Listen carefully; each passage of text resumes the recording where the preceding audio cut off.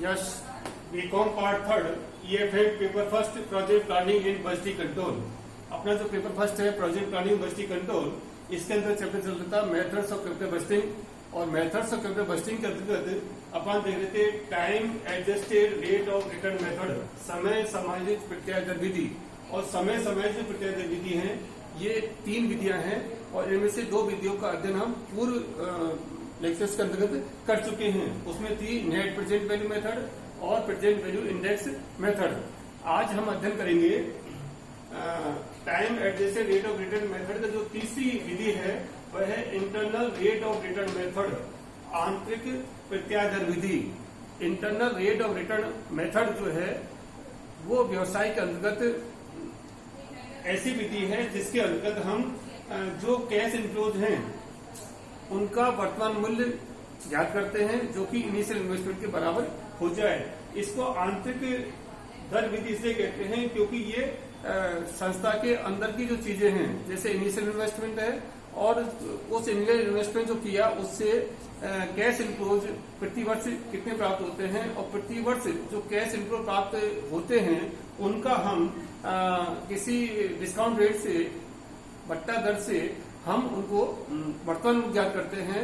और ये आंतरिक प्रत्याय दर विधि उस दर को कहते हैं जिस दर पर जो कैश इनफ्लोज हैं जो प्रति वर्ष प्राप्त होने वाले हैं उनको जिस दर से बट्टा काट करके और उनका जो वर्तमान मूल्य है सबका जो इनिशियल इन्वेस्टमेंट है प्रारंभिक जो लागत है उसके बराबर हो जाए तो हम उसको इंटरनल रेट ऑफ रिटर्न कहते हैं।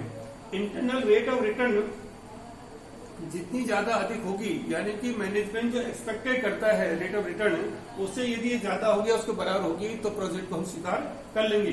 सपोज करिए मैनेजमेंट चाहता है कि रेट ऑफ रिटर्न आपकी 8% एक्सपेक्टेड है और यदि ये इंटरनल रेट ऑफ रिटर्न हमारी 10% आती है तो हम इसको एक्सेप्ट करेंगे क्योंकि ये जो मैनेजमेंट ने जो एक्सपेक्टेड की थी उससे ज्यादा है। यदि मान लीजिए हमें XYZ 3 परियोजनाएं दे रखी हैं, तीनों में से किसी एक का चुनाव करना है तो हम तीनों की इंटरनल रेट ऑफ रिटर्न ज्ञात करेंगे और तीनों में से इंटरनल रेट ऑफ रिटर्न जिसकी सबसे ज्यादा होगी उसको हम स्वीकार करेंगे। सपोज करिए X परियोजना की 8% है, इसकी 10% है और इसकी मान लीजिए 15% है। तो चूंकि Z परियोजना की इंटरनल रेट ऑफ रिटर्न 15% सबसे अधिक है तो फर्स्ट प्रायोरिटी इसको देंगे। तीनों में से एक को चुनाव करना है तो हम Z परियोजना चुनाव करेंगे। यदि हमें प्रायोरिटी तय करनी है तो जिसकी रेट ऑफ रिटर्न सबसे ज्यादा है उसको चुनाव करेंगे फर्स्ट नंबर पर। तो यहाँ पर Z की 15% इसका चुनाव फर्स्ट प्रायोरिटी हो गया, उससे थोड़ी कम Y का है, उससे थोड़ी कम X का है। तो इस प्रकार से हम क्रम तय करते हैं। अब जो इंटरनल रेट ऑफ रिटर्न से आपका डिसीजन तो बता दिया आपको कि किस प्रकार से हमें डिसीजंस लेने हैं।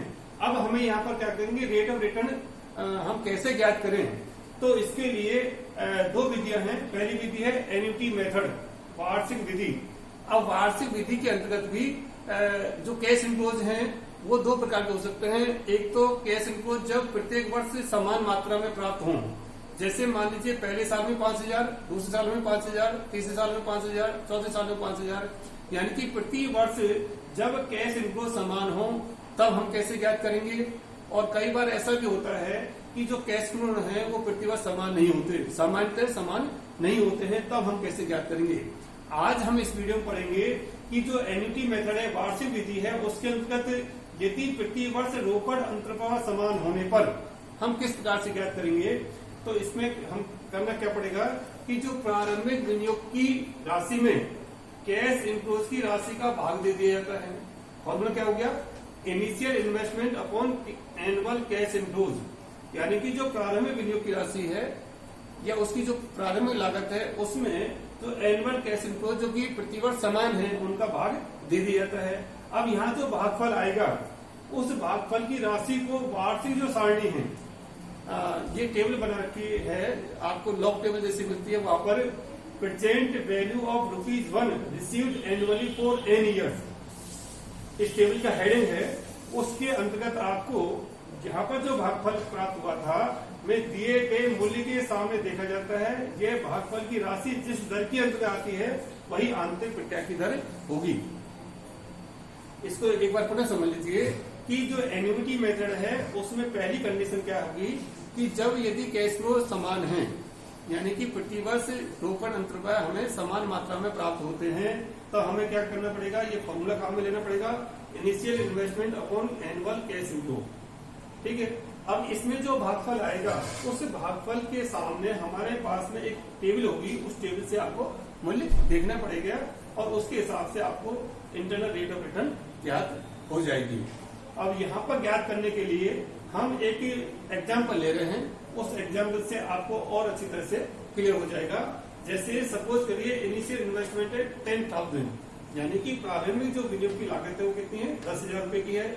एनुअल कैश इनफ्लोज जो प्राप्त होंगे इस प्रोजेक्ट से फर्स्ट ईयर में होंगे ₹2637.83, 2637 रुपए और 83 पैसे। दूसरे साल में भी इतना ही है, तीसरे साल में भी सेम राशि है, चौथे साल में भी इतना ही है और पांचवें साल में भी इतना ही राशि है। यानी कि इस एग्जाम्पल में जो 10,000 रुपए का प्रारंभ विनियोग हमने किया गया है उससे जो कैश इनफ्लो प्राप्त होंगे, प्रतिवर्ष जो हमें रोकड़ अंतर्व्यय प्राप्त होंगे वो प्रतिवर्ष समान राशि है, यानी कि 2,637 रुपए 83 पैसे, ये हमें प्रतिवर्ष प्राप्त होने की संभावना है। अब आपको इस फॉर्मूले से ज्ञात करना है, यदि हम इसमें फीड करते हैं इनिशियल इन्वेस्टमेंट कितना है 10,000 रुपए अपॉन एनुअल कैश इनफ्लो कितना है 2637.83, जो प्रतिवर्ष समान है। अब ये बराबर कितना आ जाएगा 3.791, ये आपका भागफल आ गया 3.791। अब ये 5 साल के अंतर्गत देखने की 3.71 की जो राशि है वो किस दर के नीचे आती है, उस हिसाब से वही आपकी इंटरनल रेट ऑफ रिटर्न हो जाएगी।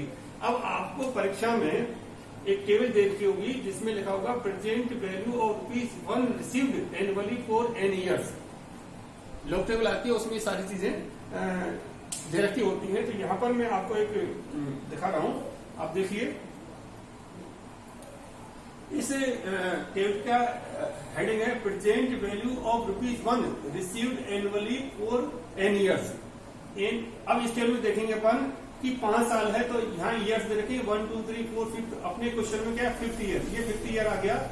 इस 5th ईयर के सामने हम देखते जाएं, जहां पर 3.791 वैल्यू आती है तो 3.719 वैल्यू यहाँ पर आई, तो इसके ऊपर हम देखें तो यहाँ पर 10% लिखा हुआ है। ये 10% क्या होगी, इंटरनल रेट ऑफ रिटर्न, यानी कि 5वें साल में जो भागफल आया पर 3.791, ये राशि जो है वो 10% के नीचे है, यानी कि इसकी जो रेट ऑफ रिटर्न आएगी वो कितनी आएगी 10%।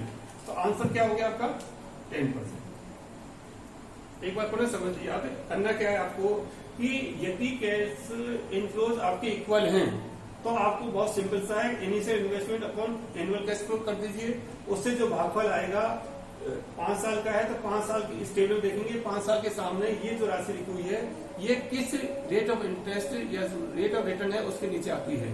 तो यहाँ पर हमने देखा कि 10,000 रुपए का इनिशियल इन्वेस्टमेंट है, 2637.83 इसके एनुअल कैश फ्लो जो इक्वल है, और इसका भागफल आता है 3.791, और 3.791 5वें साल के अंदर स्टेबल में जो है वो इस जगह आ रहा है, और ये ऊपर है 10%, जैसे आप देखें 4%, 6%, 8%, 8%, 12%, 14%।